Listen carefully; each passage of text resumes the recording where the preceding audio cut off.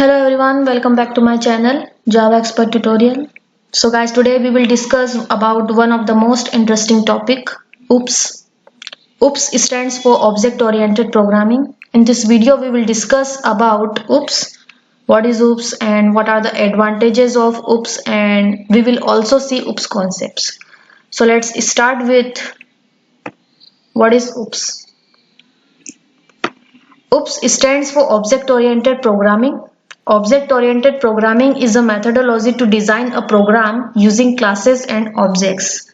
That means OOPS principle says that always work with class and objects. Simula is the first object-oriented programming language. Smalltalk is the first truly or pure object-oriented programming language. The popular object-oriented programming languages are Java, C++, C#, PHP, Python, etc. Java is not pure object-oriented programming language because we are using primitive data types and static keyword in Java. But OOPS does not allow primitive data types and static keyword. That's why Java is not pure object-oriented programming language. Okay. Next, advantages of OOPS. OOPS is faster and easier to execute.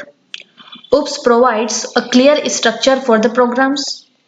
OOPS helps to keep the Java code dry, don't repeat yourself, and makes the code easier to maintain, modify and debug.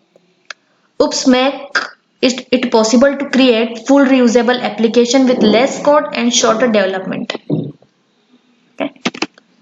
So these are the OOPS concepts: object, class, inheritance, polymorphism, abstraction, encapsulation. So let's start with OOPS concept.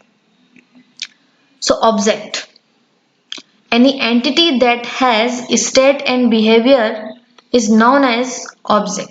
For example, pen, bike, car, etc. Object is a physical entity and it consumes space. Okay.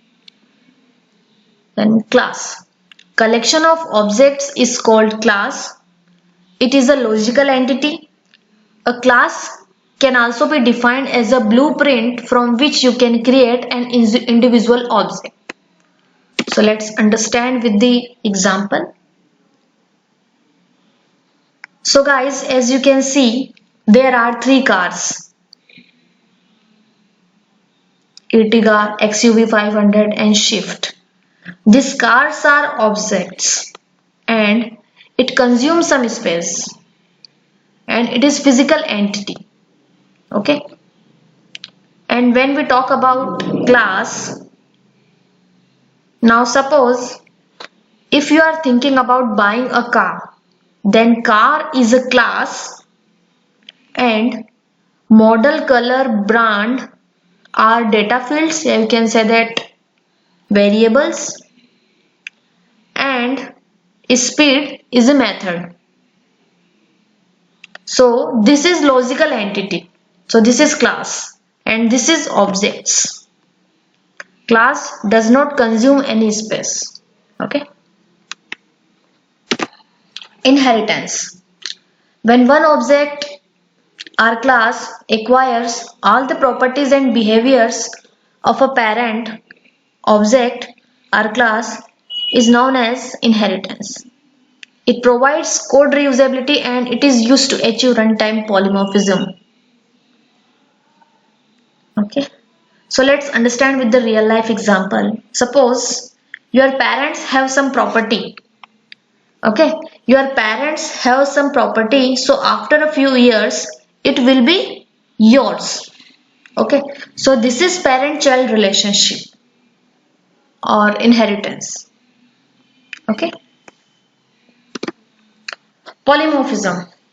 If one task is performed by different ways, it is known as polymorphism. For example, shape, vehicle, etc. In Java, we use method overloading and method overriding to achieve polymorphism. Okay. So for example, if we talk about shape, It can be triangle, circle, square, oval. Okay. And when we talk about vehicles, it can be aeroplane, bus, bicycle, bike. Okay. So one name, one task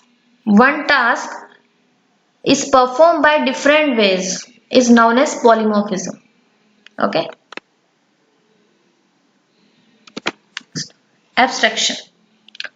Hiding internal details and showing functionality is known as abstraction. For example, phone call, ATM. Okay.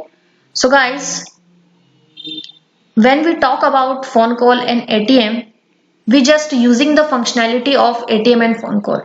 We don't know how ATM works, how does the ATM works, and we don't know the internal functionality of ATM and phone call. We just using the functionality. Okay.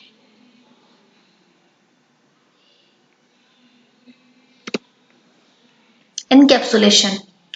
Binding code and data together into a single unit are known as encapsulation. For example, capsule. Okay.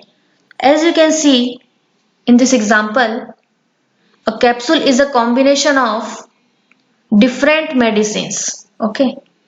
So this is encapsulation. Binding code and data together into a single unit is known as encapsulation.